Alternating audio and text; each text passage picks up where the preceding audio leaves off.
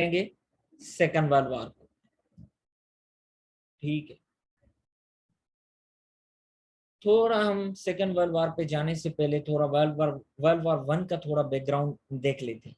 1914 में क्या होता है कि असासिनेशन ऑफ आर्क ड्यूक, ठीक है, फ्रांस फर्डिनेंड जो ऑस्ट्रिया का था, क्राउन प्रिंस जिस तरीके से हम कहते हैं, वो आर्क ड्यूक, उसकी असासिनेशन हुई थी। और उसकी assassination along with his wife Sophie के साथ हुई थी। इसका जो कातिल था वो गैव्रिलो प्रिंसिप था, ये सर्बियन नेशनलिस्ट था।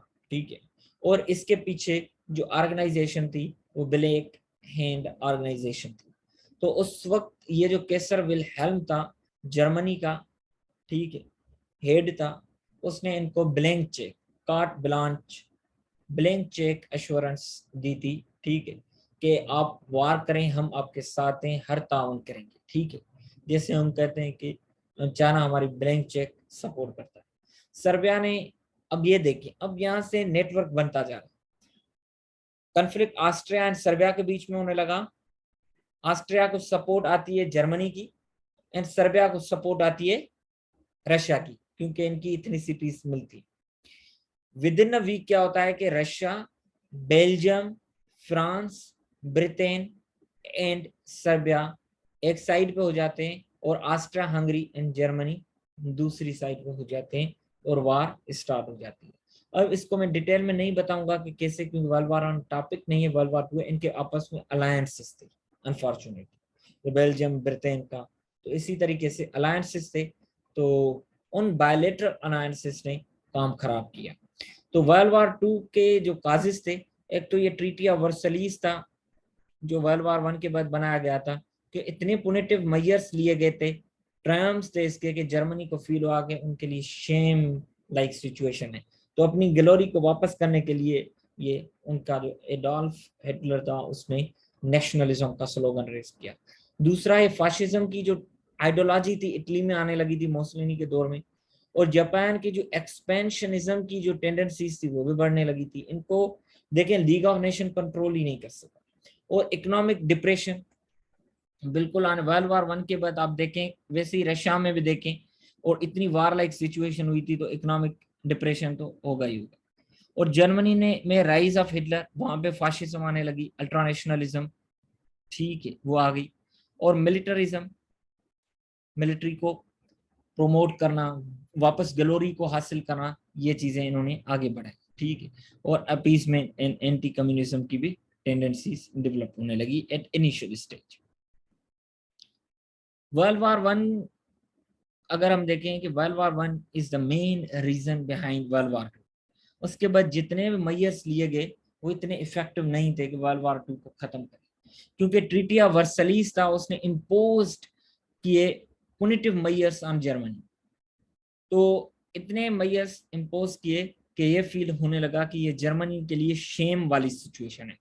तो एडोल्फ हिटलर जो थे, उन्होंने ये कहा कि हम लॉस्ट ग्लोरी को गेन करेंगे, और इसी तरीके से उसने एक्सपेंशनरी टेंडेंसीज, जो terms and conditions treaty of Versailles में दिए गए थे, उनको उलट करने लगे, और ये आर्यन रेस की सुपीरियरिटी को प्रमोट करने लगे। अदरवाइज जो अल्ट्रा नेशनलिज्म थी वो पॉसिबल नहीं थी, रेस को अगर आगे ना लिए जाते तो। अब आप देखें, थोड़े इवेंट्स को देखें, मैं आपको इनका मैप भी दिखाऊंगा। 1936 रीमिलिटराइजेशन ऑफ राइन लैंड, ये कहा गया कि राइन लैंड को हम क्या करेंगे वर्ल्ड वार वन के बाद, कि डीमिलिटराइज जोन करेंगे। जैसे अगर देखें, जापान एंड बर्तानिया के बीच में अफगानिस्तान बफर जोन का काम करता था, तो इन्होंने कहा कि जर्मनी एंड बाकी जो यूरोप है उसके बीच में ये राइन लैंड वे बफर जोन का काम करेगा। ठीक है, तो उसके बाद जर्मनी एंड जापान का पैक्ट बना, एंटी कम्युनिज्म पैक्ट बना था, against the Russia, against the communism, क्योंकि इनकी अपनी आइडियोलॉजी थी। उसके बाद तीसरा 1938 में ऑस्ट्रिया को इन्होंने अनेक्स किया, और ये इवेंट एंस्चुलस, इसका मतलब ये है कि कनेक्शन और ज्वाइनिंग, जर्मन वर्ड है, तो इसको कंट्रोल में किया। और उसी ईयर में इन्होंने सुडेटनलैंड, चेको स्लोवेकिया का हिस्सा था, उसको भी कंट्रोल किया। अब देखिए यहां से कि लीग ऑफ नेशन जो सिक्योरिटी ऑफ स्टेट को प्रमोट करती है, इन टर्म्स एंड कंडीशंस पे बिल्कुल भी कंपेल नहीं कर सकी जर्मनी को कि पीछे हटे। तो आप देखें यही तो इसके फेल्यूर्स थे। और पूरा अल्टीमेटली इन्होंने 1939 में पूरे चेकोस्लोवेकिया को जर्मनी ने कंट्रोल में किया। अब आते हैं राइन लेन पे, एक एक पॉइंट को देखते हैं। अब ये देखें कि ये था राइन लेन। वर्ल्ड वार 1 के बाद इसको डिमिलिटराइज जोन करार दिया गया। जर्मनी ये एक बफर जोन क्रिएट करा, जर्मनी ने पहले ही इसको खत्म किया। अब ये यहाँ पे बॉर्डर पे आ गए, फ्रांस, बेल्जियम, ये स्विट्जरलैंड वगैरह की, ठीक है। यहाँ पे सुडेटलैंड था, उसके बाद सुडेटलैंड पे कब्जा किया, ठीक है। और बाकी आप देखेंगे पूरा उसके बाद चेकोस्लोवेकिया पे इसने कब्जा कर दिया था, ठीक। अब ये देखें कि यहां से देखें ये ऑस्ट्रिया है, इसको जर्मनी ने पूरा ब्लैंक चेक दिया हुआ था। ये पोलैंड का भी आप देख लें तो बाद में मैं आपको दिखाता हूँ। उसके बाद जापान एंड जर्मनी ने एग्रीमेंट साइन किया था, वो एंटी कम्युनिज्म वाला एग्रीमेंट था, ठीक। उसके बाद इसने क्या किया, जर्मनी ने चेकोस्लोवेकिया पे कंट्रोल करना शुरू किया और कब्जा करना स्टार्ट कर दिया। और उससे पहले इन्होंने स्वीडनलैंड पे कंट्रोल किया और उसके बाद ये क्या किया, चेकोस्लोवेकिया पे कब्जा किया, ठीक है। आप देख सकते हैं कि जर्मनी 1933 में इस तरीके से था, ये इसकी वो कलराइजेशन देखें। और उसके बाद रीमिलिटराइजेशन 1936 में राइनलैंड की। और यहाँ पे देखें ये सुडेटलैंड इन्होंने 1938 में कंट्रोल किया, ठीक है। और ये 1939 में चेकोस्लोवेकिया को कंट्रोल किया, ठीक। और पोलैंड को आप देखें कि इन्होंने 1939 में यहाँ पे भी कंट्रोल किया। और बाकी हिस्सा जो ये था ये रशिया ने किया था। ये कैसे किया था इसको थोड़ा मैं आपको डिटेल में दिखाता हूँ।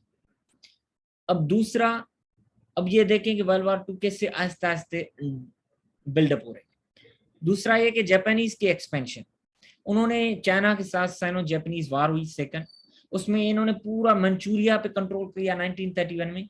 और पूरा 1937 में चाइना पे कंट्रोल किया। आप देखें कि अब लीग ऑफ नेशन है, इतने कन्फ्लिक्ट्स हो रहे हैं, उनको कंट्रोल नहीं कर पा रही, तो जाहिर सी बात है तो मसला तो है ना।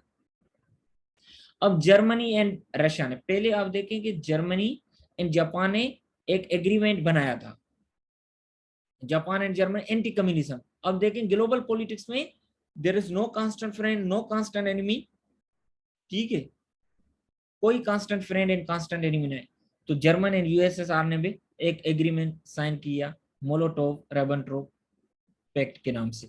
ये Russian foreign minister and German foreign minister, इन्होंने एक प्लान बनाया कि हम क्या करेंगे कि पोलैंड को सीक्रेटली उसके ऊपर जल्दी कब्जा करेंगे, आधा हिस्सा आप रखेंगे, आधा हिस्सा हम रखेंगे, ठीक है। जो आपको टच करता है आप वो रखेंगे, जो हमें टच करता है हम वो रखेंगे। तो पोलैंड पे कब्जा करने से क्या हुआ कि वर्ल्ड वार 2 ऑफिशियली स्टार्ट हो गई। और फ्रांस एंड ब्रिटेन का एग्रीमेंट था बायोलेटरल, बर्तानिया और उसके पोलैंड के साथ वो वार स्टार्ट होने लगा। अब देखिए इस मैप पे आने से पहले कि आप देखेंगे जर्मनी यहाँ से, रशिया यहाँ से आई, तो जर्मनी ने कंट्रोल किया आधे पोलैंड पे। और यहाँ से रशिया आई, उसने आधे पोलैंड पे कंट्रोल किया। तो ये हो गया सोवियत कंट्रोल्ड पोलैंड, ये जर्मन कंट्रोल्ड पोलैंड, ठीक है। ये result of Ribbentrop Molotov pact of August 23 1939, ठीक है। अब पीछे जाते हैं, अब यहाँ पे देखिए यही चीज, आधा ये किसके पास आ गया, ये रशिया के पास आ गया, ये पोलैंड। मैप आपको लाजिम आना चाहिए, भले आप मैप एक तो ड्रा करना सीखना है, अगर नहीं आता जल्दी में, अगर आप स्क्वायर बॉक्स भी बनाएंगे उस तरीके से भी रिप्रेजेंटेशन देंगे अपने हिसाब से, वो भी चल जाएगा। वन पिक्चर स्पीक्स 1000 वर्ड्स, ठीक है। उसके बाद 1940 में इन्होंने क्या किया, अब देखिए डेवलपमेंट्स, ब्लिट्जक्रीग एक टेक्निक डेवलप की। उसके तिरस पे इंडिया ने एक कोल्ड स्टार डॉक्ट्राइन डेवलप की थी, वो मैं आपको बताता हूँ वो कौन सी थी, वो एक्स्ट्रा लेक्चर की है। ठीक है। ब्लिट्सक्रीग टेक्निक का मतलब ये था कि हम इस तरीके से अपनी आर्मी को मोबिलाइज करेंगे, इतनी स्पीड के साथ करेंगे कि जो हमारा मुखालिफ होगा वो शॉक एंड सरप्राइज में आ जाएगा। मतलब उसको इतना सरप्राइज देना है कि उसको पता ही नहीं लगे, और उसको हवास में आने से पहले पहले हम उसके ऊपर कंट्रोल करने और उसकी टेरिटरी पे कंट्रोल करने और उसको हवास में इतना जल्दी उसको प्रिपरेशन का टाइम ही ना मिले। That is a blitzkrieg technique. India ने इसको कॉपी करके recently cold start doctrine develop की थी कि पाकिस्तान पे इंडिया की आर्मी क्या करेगी, जल्दी कब्जा करेगी और यहाँ की टेरिटरीज में, ये जो सिंध वाली या दूसरी टेरिटरीज है वहां से कब्जा करेंगी और इसको ऑन नेगोशिएटिंग टेबल इस ज्योग्राफी को, इस पोर्शन को जो कंट्रोल होगा उसको एज अ टूल यूज करेगी। बट अनफॉर्चुनेटली ये फेल हो गई थी और वो यूज नहीं हुई थी। बट ये हिटलर की कामयाब हो गई थी। हिटलर ने with in days Norway, Denmark, Belgium, Netherland को कंट्रोल में करना शुरू किया था। ठीक है। इटली ने फ्रांस को वगैरह को बिल्कुल ब्लिट्सक्रीग यूज करके, जैसे पोलैंड वाला, अच्छे तरीके से इन्होंने खत्म कर दिया। मैंने आपको वर्ल्ड वार वन में बताया दो पावर्स थे, एलाइड पावर्स थे एंड सेंट्रल पावर्स थे। इसी तरीके से यहाँ पे allied powers and axis powers हैं। पहले तो जर्मनी, रशिया एंड इटली, ये तीन है। तो यहाँ पे देखें अलाइड पावर्स में Britain, France, Belgium and USA. अब यहाँ पे देखेंगे आप, सोवियत यहाँ पे पहले था इधर, अब यहाँ आ गया। जैसे इटली वर्ल्ड वार वन में पहले सेंट्रल पावर्स के साथ था, फिर एलाइड के साथ आ गया था। इसी तरीके से सोवियत यूनियन फिर इधर आ गया था। और यूनाइटेड स्टेट्स ने 1941 में ज्वाइन किया था एज अ, इसका डिसाइसिव रोल हुआ था। इसने वार को एंड कराया था। ठीक है। अब थोड़ा मैंने आपको ये दिखाना चाहा कि एक्सिस एंड एलाइज पावर्स कैसे डेवलप होती है। एक्सिस पावर्स को देखें कि एक्सिस पावर्स ने ये जो अलायंस बनाया था डिप्लोमेटिक एफर्ट्स के थ्रू बनाया था, और इनका जो एलिज का पावर जो अलायंस था वो वार टाइम अलायंसेस थे, अचानक इन रिटेलिएशन बने थे। ठीक है।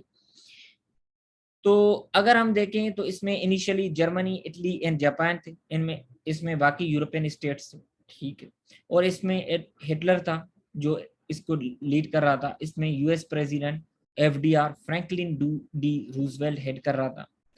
और बाकी अगर हम देखें तो इसमें अथॉरिटेरियन पावर्स थे, रिजीम्स थे, और इसमें डेमोक्रेटिक लिबरल गवर्नमेंट्स थी। तो ये चीजें थी। तो आप इसको देख सकते हैं कि अलाइड पावर्स को हमने इस कलर के साथ आप देख सकते हैं। ठीक है। रशिया अलाइड पावर्स में 1941 से ऑनवर्ड्स, और ये सेंट्रल पावर्स ये वर्ल्ड वार वन का। ठीक है। आप देखें कि उसके बाद फिर रशिया उनके पास 1941 में ये पहले एक्सिस वालों के साथ था, उसके बाद फिर अलाइड वालों के पास चला गया था। ठीक है। अब पूरा मैंडेट सिस्टम यहाँ पे इनकी और कॉलोनीज पे लगा था। 1942 में ये बिल्कुल चेंजिंग पॉइंट थी। यूएस ने एंट्री मारी और इसने जापान की जितनी भी आइलैंड्स थे उन पे कंट्रोल करना शुरू किया। अब जापान पे क्यों? क्योंकि जापान ने इन पे अटैक किया था। ठीक है। और इनके बहुत सारे लोग मारे गए थे। तो जाहिर सी बात है फिर यूएसए ने क्या किया कि वर्ल्ड वार टू में शामिल हो गया था। और रशिया ने भी आहिस्ते आहिस्ते तरीके से जर्मन्स को पुश बैक करना शुरू किया। अब जर्मन्स ने क्या किया कि वो रशिया पे कंट्रोल करने के लिए गए, तो रशिया इतना बड़ा था, तो रशियन ने क्या किया, आहिस्ता आहिस्ता आहिस्ते आहिस्ते क्या किया कि जहां जहां से वो निकल रहे थे तो अपने जितने भी इंफ्रास्ट्रक्चर था उसको जलाते और खत्म करते जाते, ताकि जर्मनी वालों को रहने के लिए कोई जगह ना मिले। तो चलते चलते मौसम चेंज हो गई, और रशिया में विंटर सीजन बहुत डेडली होती है, तो जर्मन लोग मरने लगे। जर्मन के सिपाही सोल्जर्स के लिए रहने की जगह नहीं थी, तो आखिर में उनके इतने फौजी मरे हद से ज्यादा, और बाकी जितने बचे उन्होंने बैक ऑफ कर दिया। तो ये बिल्कुल भी उन्होंने मौसम को खातर में नहीं लाया। इसीलिए पाकिस्तान में भी जब भी मार्च की बात होती है, लॉन्ग मार्च की, तो मौसम को ये बिल्कुल जहन में रखते हैं। ठीक है। उसके बाद 1943 में अब एलाइड कंट्रोल लेने लगे, तो ऑफेंसिव इन्होंने शुरू किया। ट्यूनिसिया को अफ्रीका में लिबरेट किया। इटली पे अटैक किया, क्योंकि वो कहाँ पे था, एक्सिस पावर्स के साथ था। उसका जो सिसिली था, आइलैंड था, उस पर कंट्रोल किया, और इनकी जो नॉर्थ अफ्रीकन कॉलोनीज थी उनको कंट्रोल करना स्टार्ट किया। अब देखिए यहाँ से सिसिली हो गया, यहाँ से ट्यूनिस हो गया, ये इनको कंट्रोल करने लगे, ये बाकायदे अच्छे तरीके से इनके कब्जे में आ चुके थे। फिर ये इसी तरीके से यूरोप में दाखिल हो गए। सोवियत आर्मी ने पूरे यूरोप को लिबरेट कराया, आहिस्ते आहिस्ते पुशबैक करते के जर्मनी को। जापान को इन्होंने बिल्कुल अमेरिका ने कंट्रोल में लेना शुरू कर दिया, और आखिर में 6 जून D day, doomsday, allied army ने लैंड किया नॉर्दर्न फ्रांस में और उसको आज़ाद करवाया। और 29 अप्रैल को जर्मनी ने सरेंडर किया और 13 अप्रैल को हिटलर ने कमिटेड सुसाइड। ठीक है, इसी तरीके से बर्मा, इंडोनेशिया एंड फिलीपींस को इन्होंने अलाइड पावर्स ने हासिल कर दिया। तो अगर हम 1940 ईयर विक्ट्री ईयर है, आप देखेंगे अभी तक जापान ने सरेंडर नहीं किया। तो 6 अगस्त को हिरोशिमा पे अटैक किया गया न्यूक्लियर वेपन के थ्रू अमेरिका ने। 9 अगस्त को फिर अटैक किया नागासाकी पे, और फिर इन्होंने सरेंडर नहीं किया। तो इनको डराया गया कि हम तीसरा न्यूक्लियर वेपन आपके ऊपर लॉन्च कर रहे हैं, जो यूएस के पास नहीं था, बट ये धमकी काम आ गई और 15 अगस्त को जापान ने भी सरेंडर कर दिया। इसी तरीके से आप कहेंगे कि फिर डूम्स डी डे 6 जून को क्यों कहा जाता है, क्योंकि पूरा यूरोप उस डेट को वहां पे आर्मी फ्रांस में उतरी थी, तो वो यूरोप लिबरेट हो गया था, बाकी रहता था जापान को टेक ओवर कर।